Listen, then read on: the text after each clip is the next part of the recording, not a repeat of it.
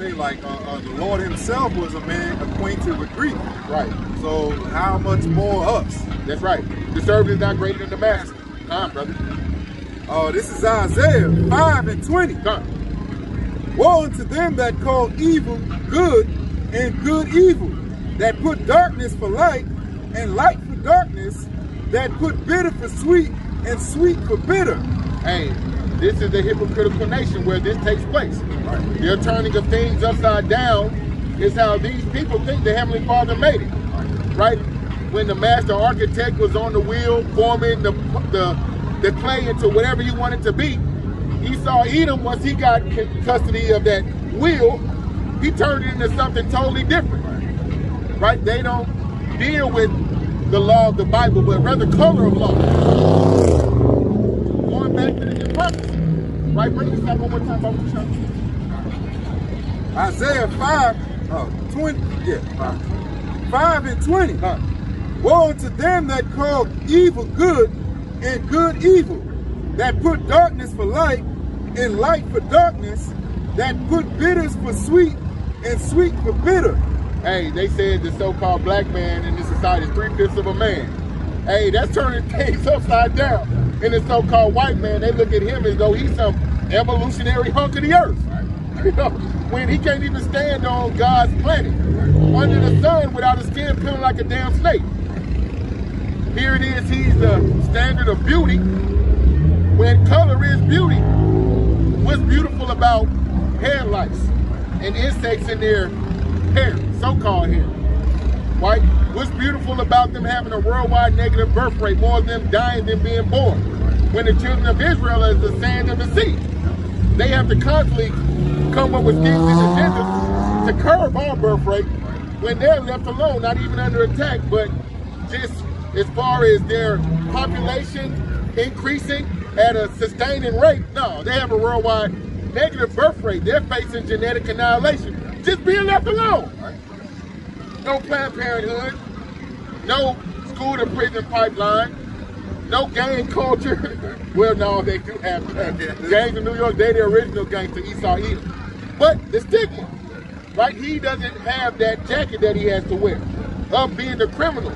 When that word criminal comes from the word crimson, which is red. They are, you can look upon them and see that this mark was put upon Cain. So the globe will know that he's the wicked. He told his father, hey, you know, this punishment is too great for me to bear.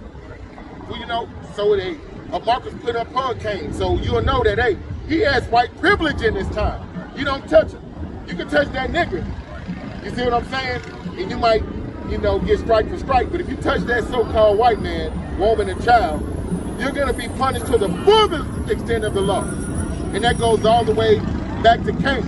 It said anybody touch him, you're going to face a sevenfold judgment.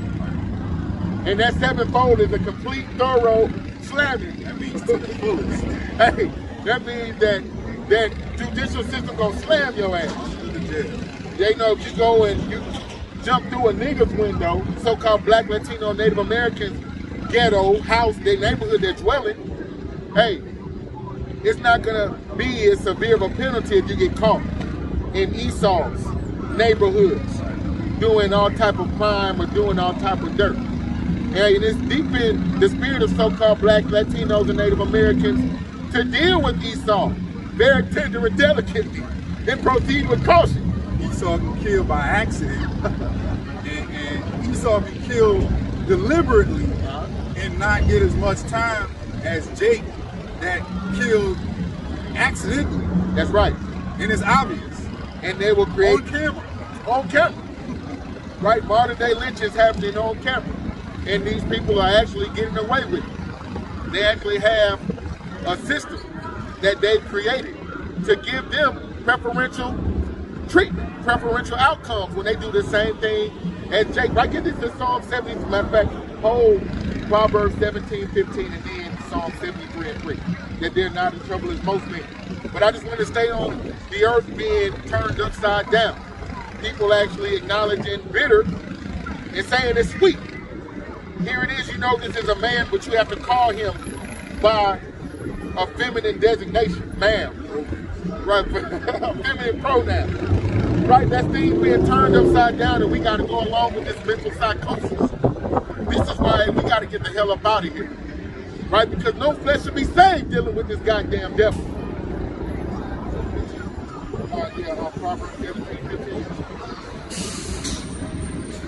Proverbs 17:15 is gonna echo Isaiah 5:20. This is Proverbs 17:15. He that justifieth the wicked, and he that condemneth the just, even they both are abomination to the Lord. Hey, that's someone replacing sweet for bitter, light for darkness. Right, bring this out one more time, Bible Michelle. Proverbs 17:15.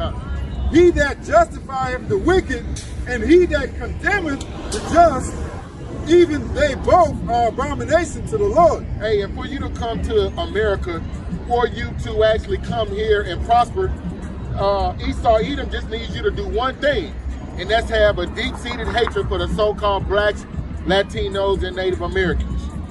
Right? You have to take on that mental deficiency, right? That psychosis that they have, the American way.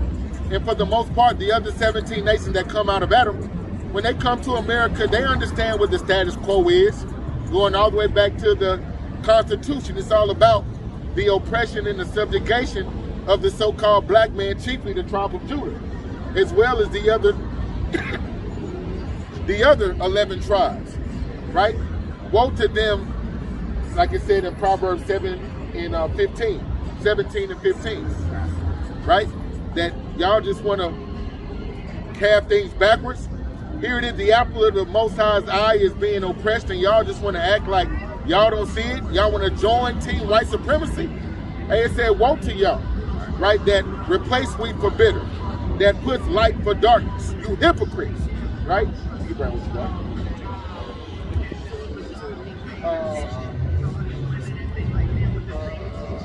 It came to me and then it left.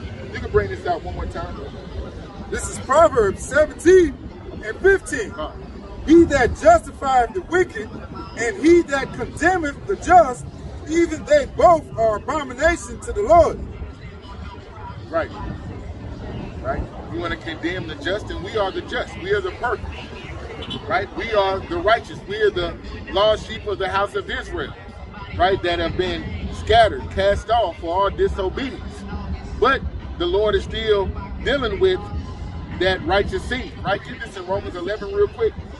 God has not cast us off. God is still dealing with the remnant. And this is according to prophecy, and these nations round about know it. Right?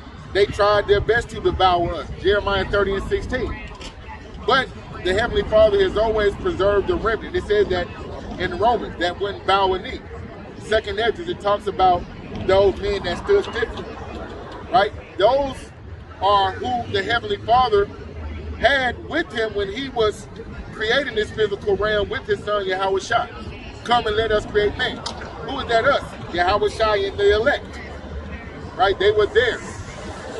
Right? We were with, Lord willing, with those men. We were with the chief architect, setting up this physical earth as well as other realms. Now, this is Romans 11:1. I say then, have God cast away his people? God forbid. For I also am an Israelite of the seed of Abraham, of the tribe of Benjamin. God hath not cast away his people, which he foreknew. And it said God has not cast away his people that he's foreknew.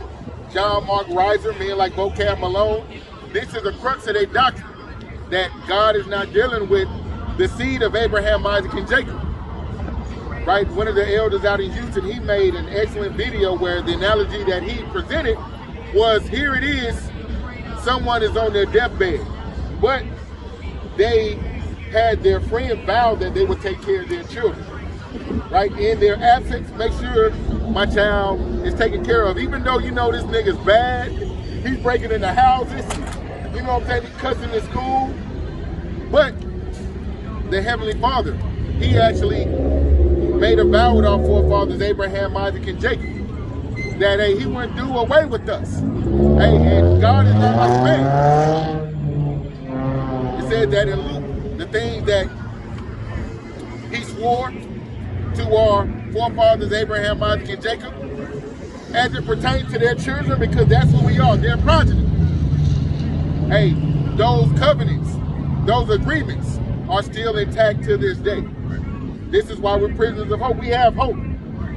When a majority of our people think that we're perpetually going to be in this condition, we know that we're on the incline and this society is circling the drain. Right? That goes exactly opposite of what Esau is thinking right now. That is, his house is going to just continue forever, you know, in roots. Right. You know, and our people is thinking the opposite. Like, we gonna be under subjection forever, right, under this devil. Right. Right. The wicked in Esau, Psalms 49 and 11. Their inward thought is that this place will continue. The righteous, 2nd Esdras 6 and 7. Esau is the end of the world. From Genesis 25, when our patriarch was holding the heel of his wicked older brother. Right? That represented the end. That was the beginning of the end. When Cain came back into the physical realm through Esau, Edom, through the loins of Isaac and Rebekah. Right? Bring this out one more time, Papa Shah. This is Romans 11 and 1. I say then, had God cast away his people? God forbid. For I also am an Israelite, of the seed of Abraham, of the tribe of Benjamin. God had not cast away his people, which he foreknew. Hey, it said God had not cast away his people, which he foreknew. Right? This is why it said he will deliver us again. In 2nd Esdras 15 chapter, it said he will recover them once more. Because he's recovered us once from the hand of that wicked Pharaoh in the Egypt. And we've been brought to a new Egypt, as pursuant to Deuteronomy 28 and 68. Exodus 20 and 2 calls Egypt a house of bondage. Right? This is where we had to come to serve a new captivity. Right? 1 Kings 8 and 51 calls Egypt the furnace of affliction, a furnace of iron. Right? This is what we had to come and serve another round. But God didn't cast us away, but rather reduced us. Right? Brought us low. Right? Get this in Baruch 2. Baruch 2. I saw you had the Apocrypha, so I already knew. Baruch 2 touches on that. Because Esau, Edom, they actually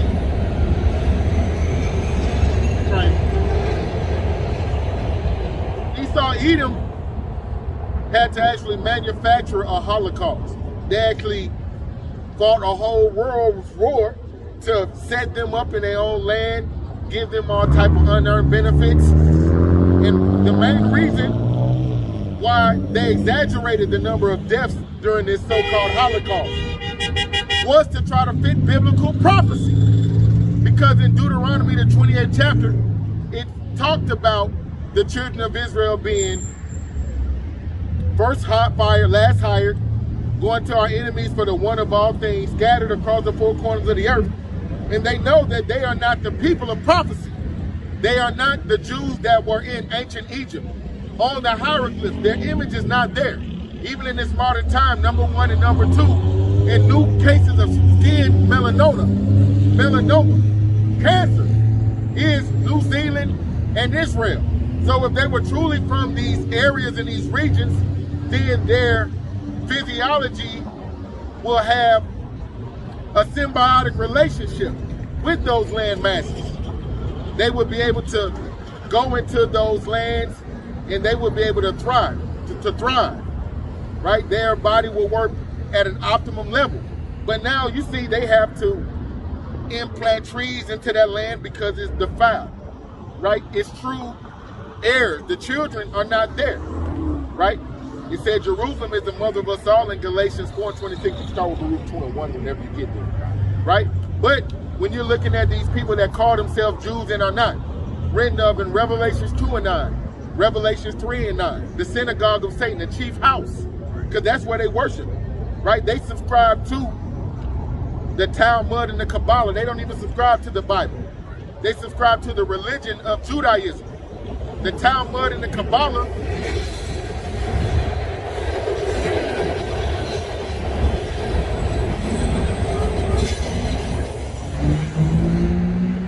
The Talmud and the Kabbalah is what they base their beliefs on.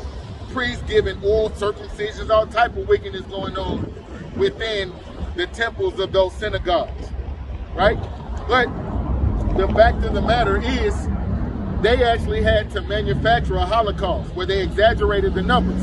There was even a term created called anti-Semitic, which is weird. They're Shemitic, so are we. So that term anti-Semitic is to pretty much silence anybody that questions the validity of them being Jews.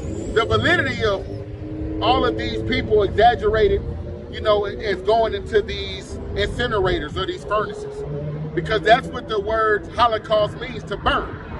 But this is exactly why in 1948, through the Balfour Declaration, at the end of the British Mandate, these people were flown into their land by Boeing 757 jets.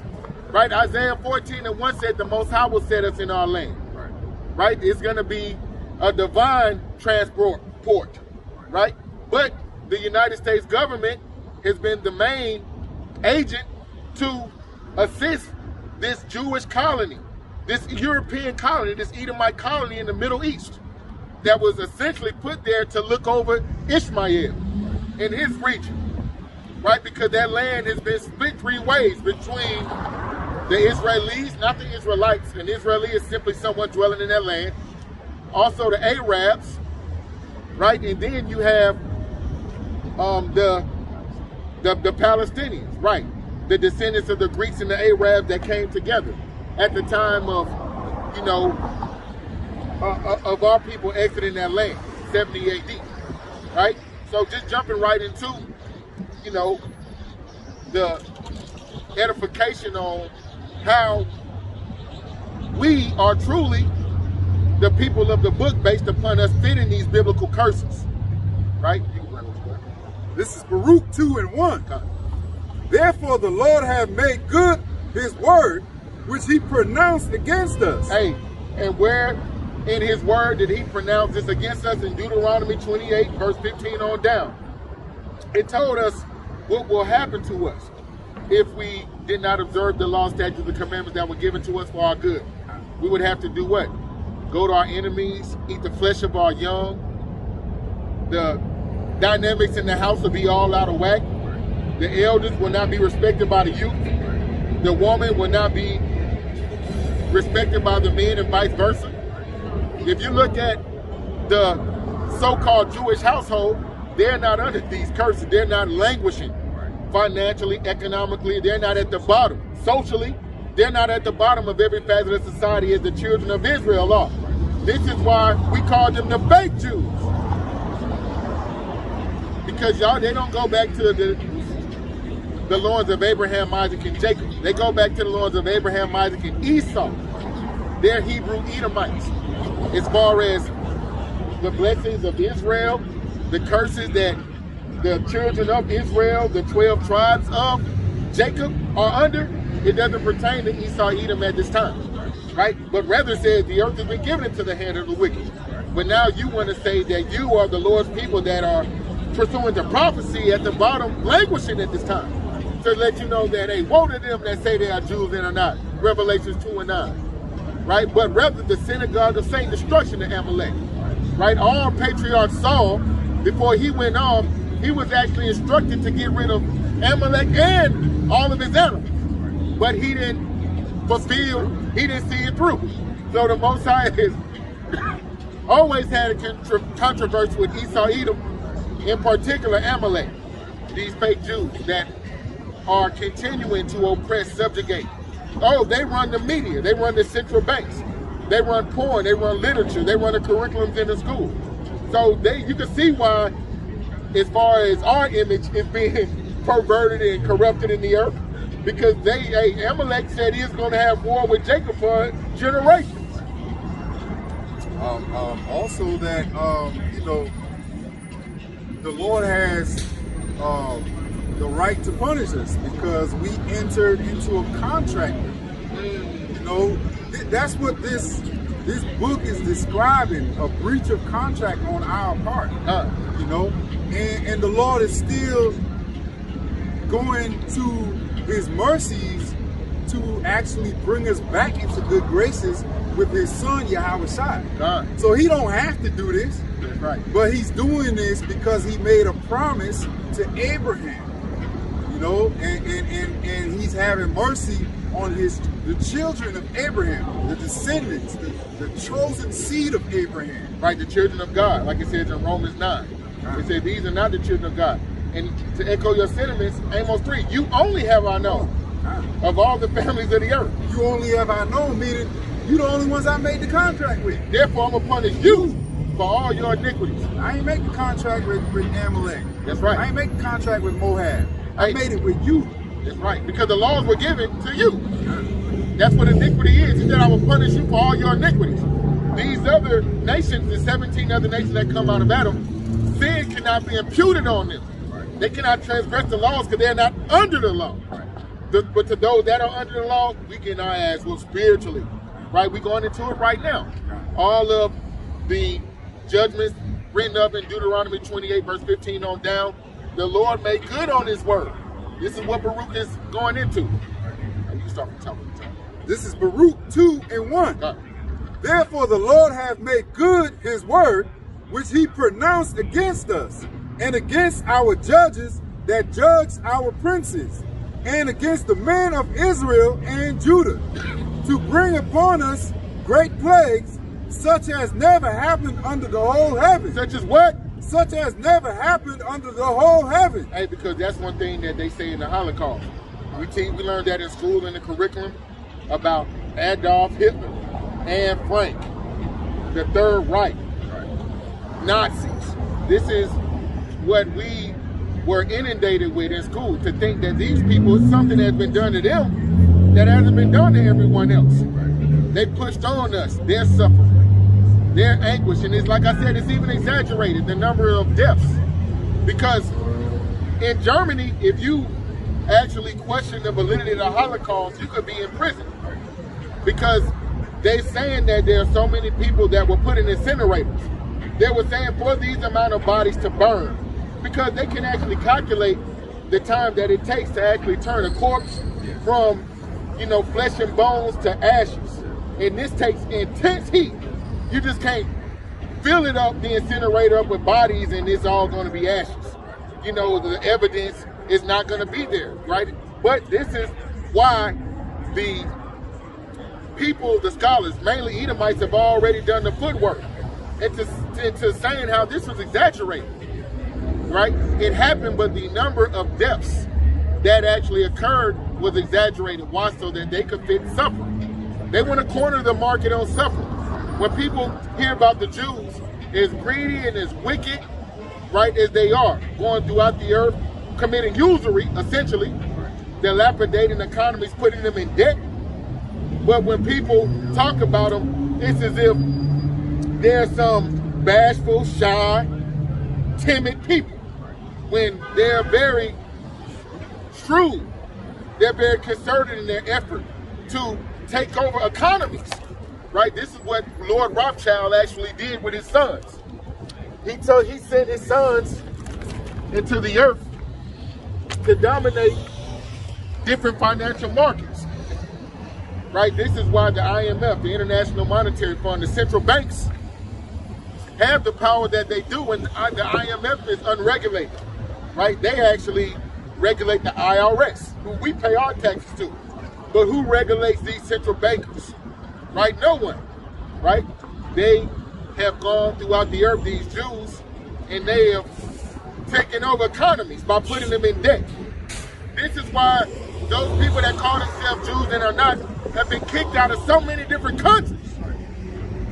Because, hey, here it is, you let them in, you try to show them some type of brotherhood or create an alliance with them, and you look up and now, here it is, you're paying taxes to them. Right? They dilapidated your financial systems. Right? You can jump back in Baruch 2. The water's good. Baruch 2:1. Therefore the Lord hath made good his word, which he pronounced against us, and against our judges that judge our princes, and against the men of Israel and Judah, to bring upon us great plagues such as never happened under the whole heaven, as it came to pass in Jerusalem, according to the things that were written in the law of Moses. In the law of Moses, right? We carry a sign. It's windy, so I'm not going to pick it up. But it illustrates a lot of the terrorism that we've had to endure, from having our babies fed to alligators. They said that the sharks in the Atlantic Ocean actually changed its migration patterns to follow the ships that were constantly giving them an influx of dead Israelite bodies, right? Going from one corner of the earth to another over that water, no air conditioning. You had all type of humidity, which was a petri dish of diseases on those boats. But this trade, it was a global slave trade, transatlantic, right? This trade went on for such a long time that sharks actually changed their patterns in the water. They knew that they were constantly getting a constant influx of food. Here it is, you have the Jews, they say that they cornered the market on supper. Here it is, our people had to endure damn near 500 years of chattel slavery. Before that, the sub-Saharan slave trade. But let's just deal with America, Babylon. Then we were free. You had Jim Crow, where we had to walk on certain sides of the sidewalk. We couldn't laugh without sticking our head in a barrel. Our people getting lynched wholesale. A white man or a woman in the eye couldn't look down. Couldn't look him in the eye. Redlining, where we couldn't live in certain areas, segregation, which was a good thing. But this is just to denote how they always want to demonstrate their hatred towards us and the things that we had to endure going through our black version of the Holocaust, which still continues to this day. Right? Here it is, redlining, depending on where you live, you won't be able to own a home. And you know how exhausting rent could be, having to pay twice as much for half. This is what our people are dealing with, not having an inheritance to give to your children, working your whole entire life just to constantly be taxed, right? Here it is, our people have to deal with, like I said, Jim Crow. Our people had to deal with all of these different aspects of being a second-class citizen in this place. But they'll never say that that's the Black Holocaust, based upon the things that we've been through and the amount of time that we've had to endure them, right? The Jews, they actually, like I said, the United States government actually fought a war. Not only that, they placed them in a land, gave them welfare to this day to the tunes of billions of dollars. But people will always try to liken the Jewish experience to black people. You see what I'm saying? When they have actually been given support by the very government that is afflicted and oppressed us. It is there. They have profited off of one incident in their history for a short period, relatively a short period of time, and they've profited so much that they've taken over everything. Right. And here it is, we've had centuries done to us, and we don't have no retribution or anything given to us. Right. And we can't profit.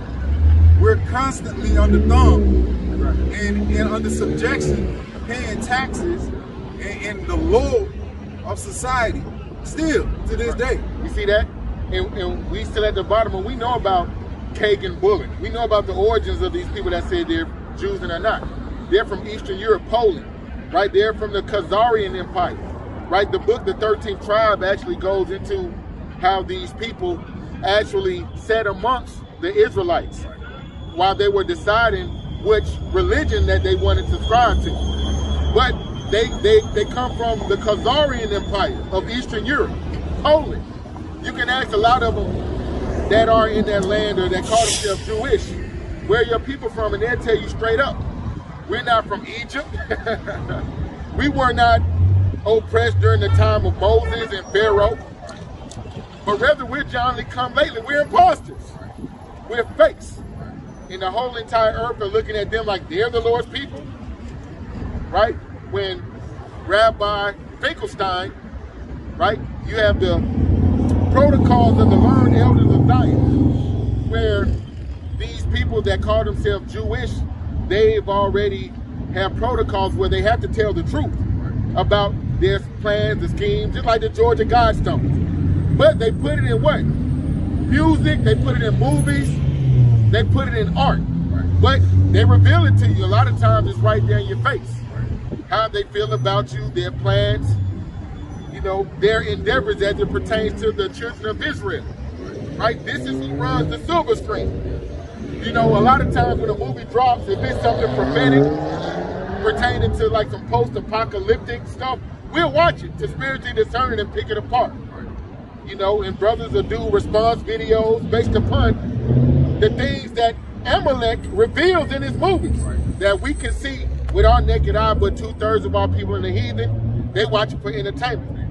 You know, they don't come away from the movie getting briefed on the things that are going on within, you know, these synagogues with these people that call themselves Jews and are not, right?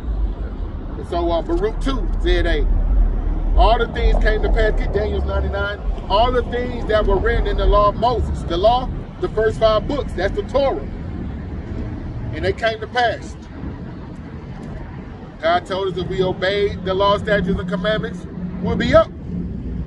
And we're coming up, you know, gradually, slowly. But that's all by the power and mercy of the Heavenly Father. He's long-suffering towards us. He hasn't cast us off. But like it says in Daniel 7:25, the bounds were set on times, time, and dividing the times. For us to be without this knowledge, for us to be in a deep, dark slumber. Right? What you got? This is Daniel 9:9. Come on.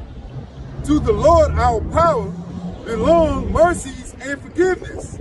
Though we have rebelled against him, neither have we obeyed the voice of our Lord our power to walk in his laws, which he set before us by his servants the prophets. Hey, the servants of the prophets, the law of Moses. That was the law that was set before us that we rebelled against. Right? Stiff neck and rebellion. This is the children of Israel with our power. This is why we were brought low. Everything that he said he was going to do to us, just like a good father, he chastens who he loves. Right, you go ahead. Yea, all Israel have transgressed thy law, even by departing, that they might not obey thy voice. Therefore the curse is poured out upon us. They said all of Israel, the whole house. So, hey, we're under the curses of Deuteronomy 28:15 on down. You go ahead. And the oath that is written in the law of Moses, the servant of power of God, because we have sinned against him, and he have confirmed his words which he spake against us and against our judges that judged us, by bringing upon us a great evil. For under the whole heaven have not been done as have done upon Israel. Hey, it said under the whole heaven, right? This is parroting Baruch 2, right? The so-called Israelite Holocaust. But it said in Daniel's 9, under the whole heaven, right? Those people that said that they had to partake and be beneficiaries of the worst atrocity in human history, that's a lie. Because the Bible, as it pertains to the Israelites, it said under the whole heaven. Right? You can bring this out one time. Daniel 9:9. To the Lord our God belong mercies and forgivenesses, though we have rebelled against him. Neither have we obeyed the voice of the Lord our God to walk in his laws, which he set before us by his servants the prophets. Yea, all Israel have transgressed thy law by departing, that they might not obey thy voice. Therefore the curses is poured upon us. Hey, and the Heavenly Father knows, he said all Israel. Because just like with the so-called white man, people say they are not bad. But God judges nations. Right? Here you had the elect, right? There are no new spirits created, but the elect were there then. But it said, hey, the whole house, we were judged as a nation. That's what God judges nations, right? He doesn't just separate. The elect had to go into captivity right along with the rebellious and the stiff-necked. Those of the circumcision that were observing the law, statutes, and commandments to the best of their ability went into captivity right along with those that were totally forsaking it, casting it behind their back. Right? The whole house of Israel went into captivity. So this lets you know the whole house of Esau, a false balance is an abomination. They're going to get paid back double. Right? But they said that there are none that doeth good, no, not one. Right? Yea, all Israel have transgressed thy law by departing, that they might not obey thy voice. Therefore the curse is poured upon us, and the oath that is written in the law of Moses, the servant of God, because we have sinned against him. And he hath confirmed his words, which he spake against us and against our judges that judged us, by bringing upon us great evil, for under the whole heaven have not been done as have been done upon it, Jerusalem. Upon who? Upon Jerusalem. Hey, Jerusalem, which was a people before it was a place. Jerusalem simply means city of peace, Yarashalam. Right? But it said under the whole heaven, y'all can't talk about a Holocaust. Out there in Nuremberg, Germany. Right? That pales in comparison to what the children of Israel has gone through. As it's written in Baruch 2, in Daniel, the 9th chapter and the 9th verse. All the plagues, all the judgments that were written are on us. This is why we're at the bottom. Because God made good on his word. Simple math will tell you that when you do your research, the actual population, okay, was less than the actual persecuted. People that they claim, the number that they claim that died was less than more than the actual population. How is that possible? You see that the death toll was higher than the population in the land at that time. Right. And notice, you know, you can question the validity of the transatlantic slave trade. Right. You can question the validity of the sub-Saharan slave trade. Right. You can question the validity of the people that are in, what are the modern day Egyptians? They're in the land of those big, tall ass, black ass Africans. Right? You could say, all right, y'all are not the Egyptians, but rather the people that are Manute Bol and the Kimbe's people. What's the tall Sudan? Yes. Is it the Sudan? It's a specific name for tribe. Yeah, but the modern day Egyptians are in the Sudan. And you know, people will look on the hieroglyphs on the temples in the Giza Plateau or the pyramids, and they will see the image of the people that were in the ruling class position. And they'll say, all right, these people that are dwelling in this land now, y'all are not the people. But in those, you know, houses in Egypt as well, you have the oppressed, the people that were being dominated. You have a hieroglyph of a pharaoh, an African, a Hamite, actually having a sickle in his hand with a bundle of Hebrews with their hair braided, coming down on them with great wrath. Right? But these are gems. These are how the earth bears witness to them not being the people that are the Israelites of antiquity.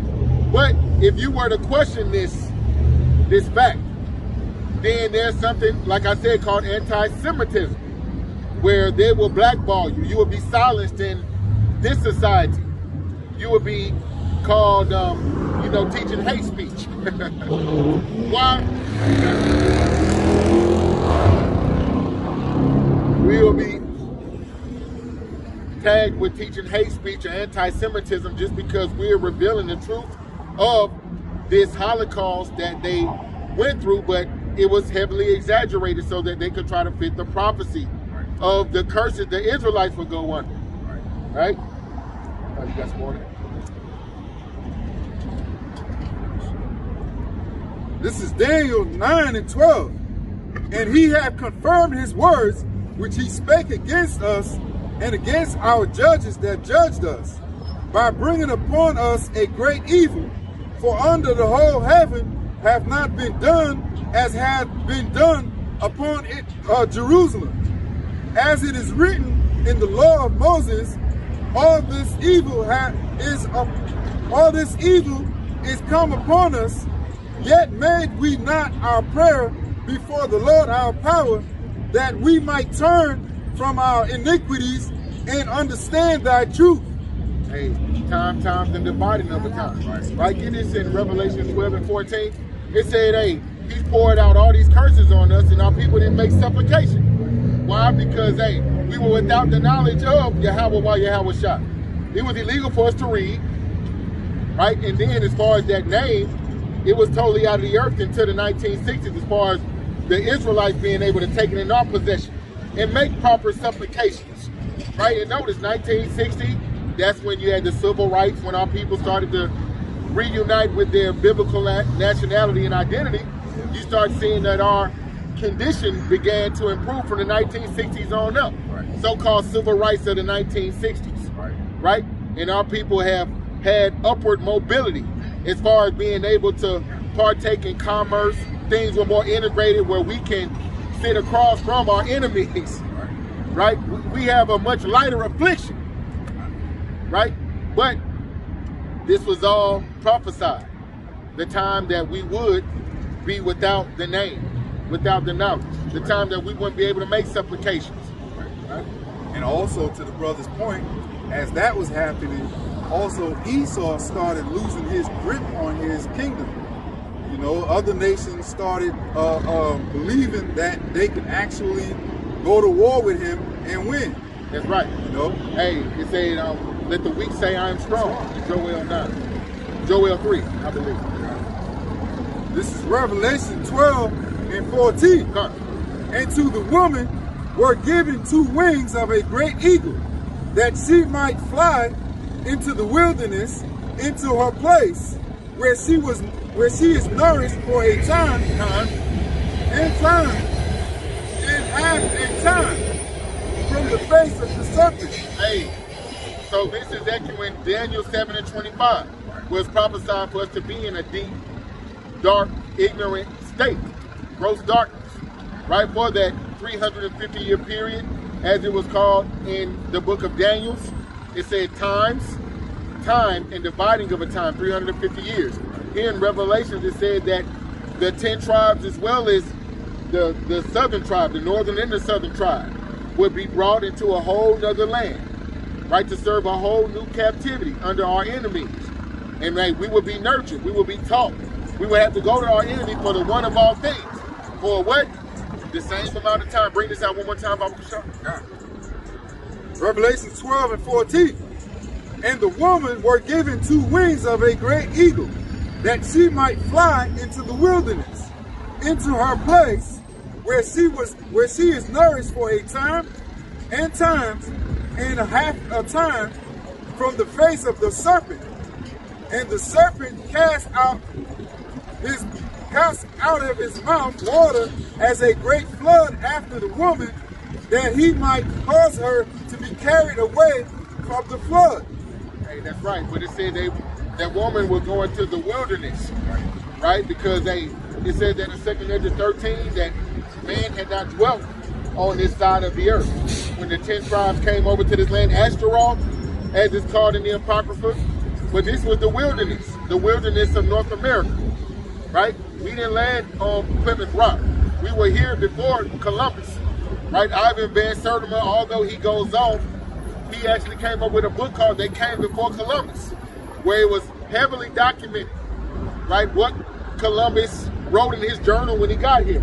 The people that he saw, the animals that he saw, he actually had a journal, right? But the prophecy, bring this number out one more time from Revelation 12 and 14. Revelation 12 and 14.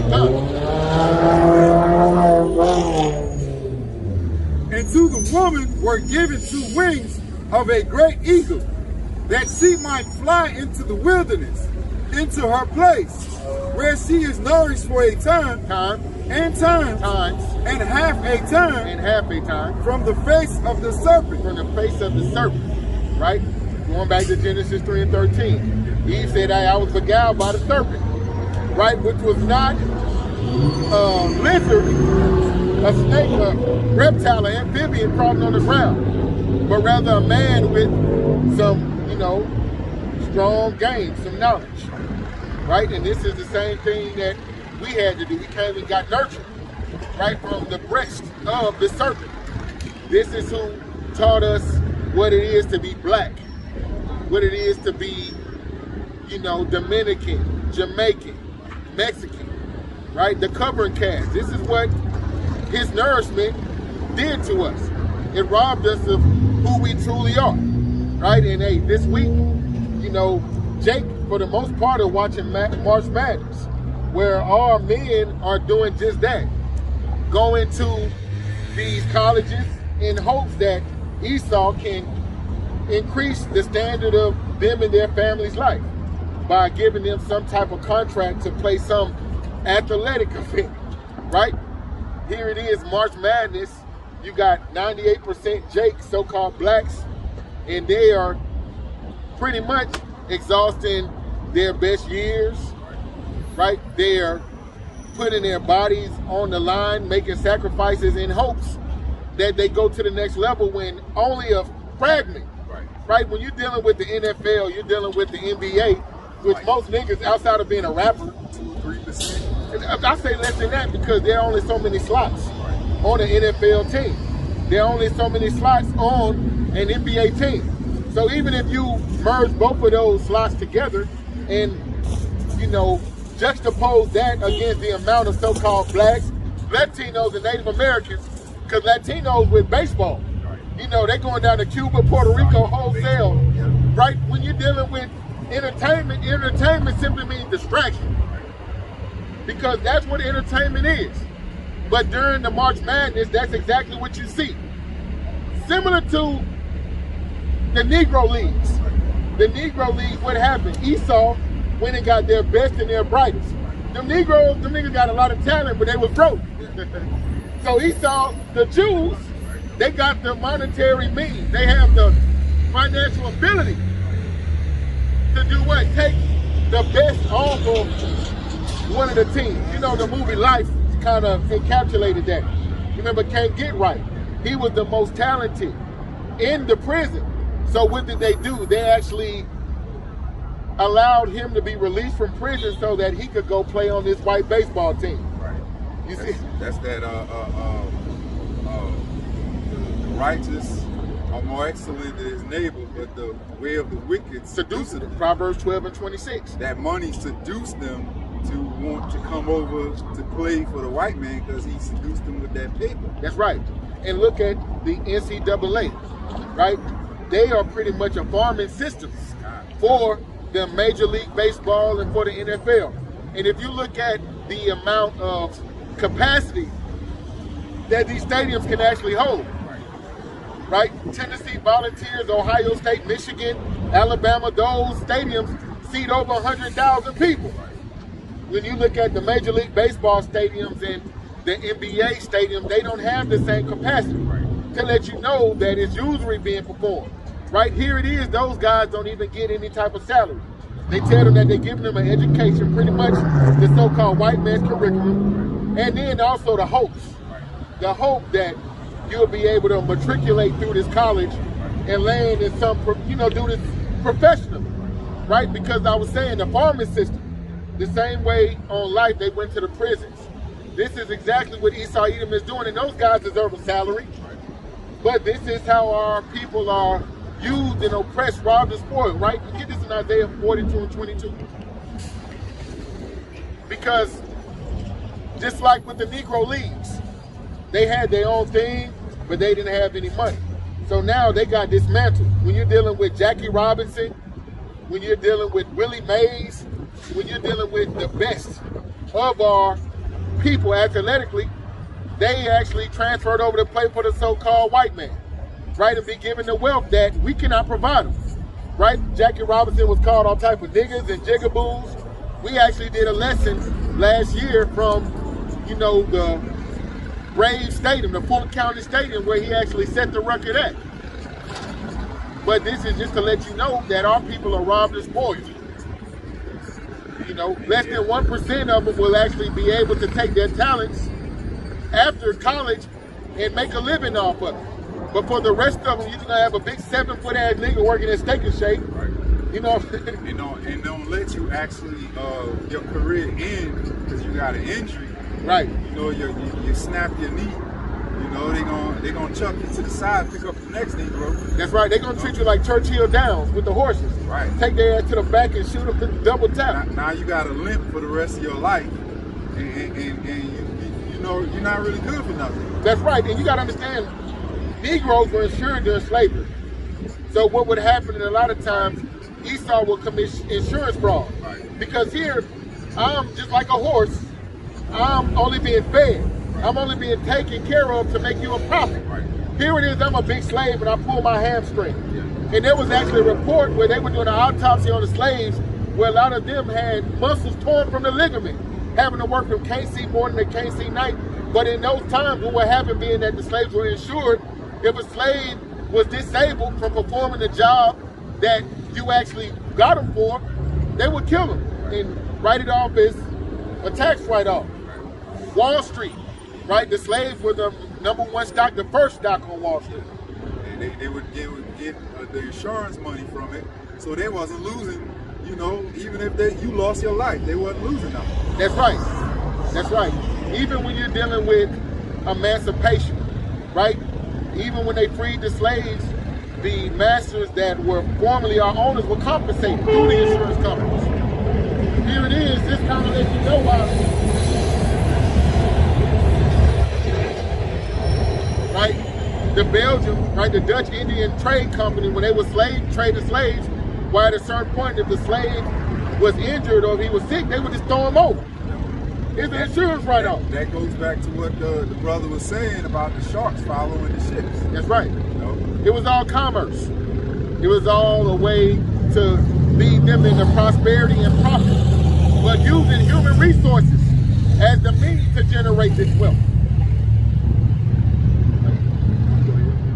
This is Isaiah 42 and 14. You start with 22. 14, 42, and 22. Huh. But this is a people robbed and spoiled. This is a what? This is a people robbed and spoiled. They are all of them snared in holes, and they are hid in a prison, prison houses. They are here where? They are hid in prison houses. Hey, because that's what America is, a vast prison. And let your ass think that this ain't a prison. Let you try to leave this vast prison house without a passport, or without proper documentation, or without permission, a permit. Then you'll realize, right? And you know, you have the prison industrial complex where you have more Israelites in jail than the population of certain countries, right? But this is a vast prison, right? Where you have those within the prison houses that don't have mobility, but then you have those that do have mobility, that have this illusion of being free, right? But we're robbed, we're spoiled, robbed of our wealth, spoiled of our knowledge of who we are, knowledge of our God, and they hide us in prison houses. But going back to the NCAA, they're being robbed, they're being spoiled. Here it is, these universities, just their endowment from the alumni. And not only that, just imagine if a stadium like Tennessee Volunteers, they have over 100,000 seats in their stadium, just like the Michigan Wolverines. The Ohio Buckeyes, the games that they have televised, they're actually getting paid by these media conglomerates. The merchandise that they sell from jerseys and things of that nature. How many of that goes back to the workhorse? The actual, you know, they say one monkey can't stop the show. These are the monkeys that the people actually come to see. These are the stars of the show. But if you look at the wealth that's being generated on their back, what they're getting in exchange, probably one or two of y'all actually from a university going into the draft, being a second or third round pick at that. You're not even gonna be the belle of the ball if you make it to the league, right? So that lets you know being robbed and spoiled is commonplace to our people. Injurious measures, usury, where they go, they tell them you're getting the best nutritionist. That's what they do for the damn horses. They're gonna feed them the best food. They're gonna work them out, make sure that they can actually go out and win for them. And then, you know, when Jake actually succeeds, you'll see the owner come out. Some old decrepit George Barnes looking ass cracker. He coming dapping and giving everybody high five, and he's hoisting up the trophy. You know what I'm saying? Like he did something. Right. When the niggas dunking and setting picks and taking charges, these guys, you know what I'm saying? They are getting crumbs in comparison to what the dominant society, Esau Edom, is getting at these colleges. Robbed and spoiled, used and abused. And like the brother I know said, to those, even if they make it to the league, a lot of them don't have the financial wherewithal to maintain their wealth. Just like with the entertainment industry, they have it, and before they retire or if an injury comes, it's as though you never heard of them, right? And there's more than enough people right behind them, more than enough parents ready to give their child up in the hope that he could get him out the ghetto. He could get him out the hood. Everybody want to be damn Gloria James. Kevin Durant mama. It's always a single mom. And the sons, art imitates life. The only examples that he sees that looks like him of men that are actually upper mobile, successful, progressing, are rappers, athletes, entertainers, right? So much for surgeons, so much for teachers, right? So much for, you know, so many other roles and titles and jobs in society that your child can, you know, take on to benefit the nation. Now, a lot of people are just allowing their children, and Jeffrey Sandusky showed that it's organized, right? Jeffrey Epstein's friends are still out and about doing their thing because Sandusky was actually at Penn State. He was a former coach, and there were actually accounts of players going into the locker room while he was sodomizing these young boys. So he didn't have any shame. But that lets you know that these alumni, the so-called Greeks, you see what I'm saying? They'll actually groom their children to go to these universities to serve these men just so they can have benefits in this society. Because that's what these secret societies, these Greek fraternal orders, they call themselves social community organizations. But, you know, why would you go into this college and allow trains to be ran on you with the women? Why would you go in this college to lose all your integrity, allow your skin to be branded? Because they don't have faith. They want any advantage that they can get competitively when they get out. So this is why if you fill out a job application, it's going to have a section right there. Are you a part of any civic organizations, any fraternities, any sororities? Because just like with Jeffrey Epstein, in this wicked, perverse society, you will actually be given benefits if you choose to sign on to doing the bidding of Esau, being his lapdog, right? Bring this out in Deuteronomy 28 and 48. So it said, hey, they're robbed and spoiled, hid in prison houses. And ain't nothing worse than a nigga coming up asking me about a March Madness bracket. Like, I'm not putting my spirit into that shit. And hey, because you can bet on it, it's all corrupt now. You know what I mean? All of the number ones got toppled early. Why? Because Vegas is gonna win. All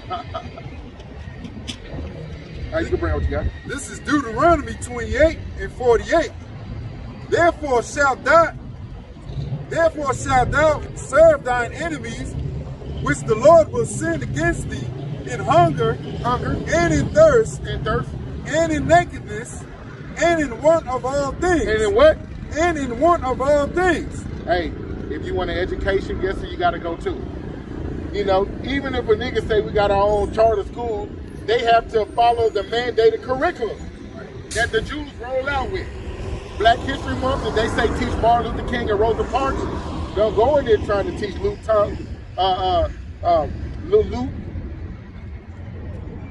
Sant Overture. Am I saying it right? Don't try to go in there teaching Nat Turner. Don't try to go in there teaching Malcolm X. Don't go in there trying to teach King David or give examples from our history of men that stood up boldly for the nation. Because, hey, when you take that oath, after you go to your enemy for the one of all things, you want this job, Well, hey, you have to take this oath to teach this curriculum, whatever mandated by the state. You can't say I'm going to teach a Israelite-based curriculum. You lose all of your accreditation, and not only that, you won't have that many parents that are eager to put their children in your institution, right? Just to let you know that we have to go to our enemies for the one of all things, right? If you want wealth, most people's first mind is to not generate wealth, to try to find some type of entrepreneurial path. And even if you try to do that, you know, let's say you're a barber, who are you going to go get your supplies from? Right? Let's say you're a beautician. Your products are going to be made in China. Let's say you want to sell barbecue. Who are you going to have to go to get the market from? The meat markets, the slaughterhouses. Who run those? When it say you're going to have to go to your enemies, one of these 17 nations out of Adam, for the one of all things. This is what it is to be subject. This is an aspect of being in captivity, where we don't have our own manufacturing hubs. We don't have our own social economical base, where we have political power and we appoint politicians and we have lobbyists that speak on our behalf. No, in this present time, Israel is not in remembrance, right? Our people, so-called blacks, Latinos, Native Americans, as far as the heathen roundabout, they're not acknowledging us by who we are truly, right? This is why a future prophecy says every knee shall bow and every tongue shall confess. Those were not that I rule over and bring them hither in the book of Luke. Enslave them before me, right? All the dissidents, they're going to be taken out. And all the ones that are left, they're going to be happy to serve under so-called blacks, Latinos, and Native Americans in our right mind. Because our rulership is going to be 10 times better than them serving under Esau Edom, right? We're going to deal with them according to the law, right? But what was that last picture? This is Deuteronomy 28 and 48. Therefore shalt thou serve thine enemies, which the Lord shall send against thee, in hunger, and in thirst, and in nakedness, and in want of all things, and he shall put a yoke of iron upon thy neck, until thou have been destroyed. Until what? Until thou have been destroyed. Hey, this is exactly what happens to a majority of our people. They get destroyed in this place, not understanding why they're here in the first place. You're here to serve a punishment, right? The brother I know was just saying one aspect is you're going to have to go to your enemy for the one of all things, right? For clothes, for food, right? This is what it is to be, like I said, in captivity, right? Bring this out in Isaiah 5 and 20. I'm sorry, Isaiah 51 and 20. Isaiah 51 and 20. And it's a terrible thing to see our people being used in such a gross, inhumane way. How even the parents, because the scriptures say in Proverbs 22 and 6, train up a child in the way that he should go. And when he grows up, he won't depart from it. And with a lot of these parents, from the time that their child is little, they're putting a football, basketball, baseball in their hand, preparing them to do what? Go get used, abused by the so-called white man. It ain't gonna be nothing but one LeBron that comes out of, millions of niggas. You know what I mean? But as far as those that actually go into the white man's athletic complexes and leave out broken, disgusted, broke, man, that's the majority. Hey, you blocking the camera, sir. How you doing today? You doing all right?